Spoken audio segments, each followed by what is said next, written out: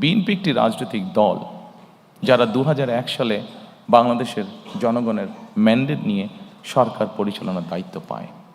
আমরা যখন পরিচালনার দায়িত্ব পাই তখন আমরা একটি খুব কষ্টকর একটি বোঝা আমরা ইনহেরিট করি। কি সেই বোঝাটি?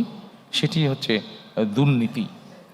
2001 সালে বাংলাদেশকে আন্তর্জাতিক সংস্থা দুর্নীতিতে চ্যাম্পিয়ন ঘোষণা করেছিল।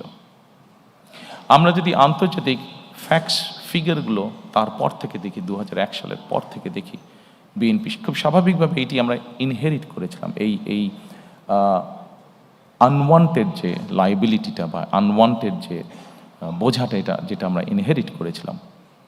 এবং তারপরে আমরা যদি খেয়াল করি ফ্যাক্টস ফিগার যা বলে, বেগম খালেদা জিয়া সরকার পরিচালনা করার পর থেকে খুব কঠোর ছিলেন এই বিষয়ে, খুব কঠোর ছিলেন এই বিষয়ে। এবং তার কঠোরতার ফলেই আমরা যদি স্ট্যাটিস্টিকগুলো দেখি তাহলে আমরা দেখব ধীরে ধীরে ধীরে ধীরে বাংলাদেশ দুর্নীতিতে আস্তে আস্তে এইটাতে ডেভেলপ করতে থাকে। এবং 2006 সালে যখন আমরা তত্ত্বাবধায়ক সরকারের কাছে ক্ষমতা হস্তান্তর করি, বাংলাদেশ দুর্নীতিতে যে চ্যাম্পিয়ন, এই অপবাদ থেকে বেরিয়ে এসেছিল বাংলাদেশ 2006 সালে। আমি যেই স্কোরিংগুলো হয়েছে এই ফোল্ডারে আপনাদের কাছে যেটা আছে, সেই ফোল্ডারের মধ্যে স্কোরিংগুলো সব দেওয়া আছে, আমি ইন ডিটেইলে গেলাম না।